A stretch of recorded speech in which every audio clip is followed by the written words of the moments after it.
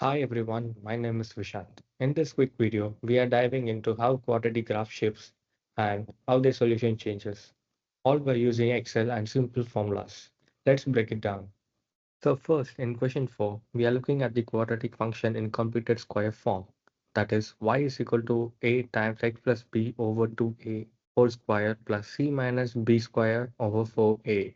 This version is really useful because it tells us exactly how the graph moves. The expression minus b over 2a shows how much the graph shifts left or right. The term c minus b square over 4a shows how far the graph moves up or down. And the value of a decides the direction. If a is positive, the parabola opens upward.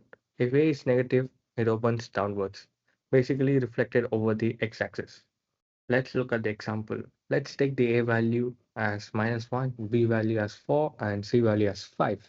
So this forms an equation gives that y is equal to -1 times x plus 1 whole square plus 9. That means the graph is shifted by left by 1 and up by 9. And it's open downwards because of the negative A. So now let's adjust the value of A to +1. So as you look at the graph here, it just changes from downwards to open upwards, and you can see the position of the values has been changed. Let's move on to the next question. So now on the question 5, we are looking at the discriminant. That's the part under the square root in the quadratic formula. Discriminant is equal to b square minus 4ac. This tells us how many solutions that equation has. If discriminant is greater than 0, we get two real and different roots. If discriminant is equal to 0, we get one real repeated root. And if discriminant is less than 0, then there are no real roots. So for example, again, we just change the value of a to -1 and b is equal to 4 and c is equal to 5. So now if you can see from here by using the formulas, we get the discriminant value as 36, which is greater than 0. We get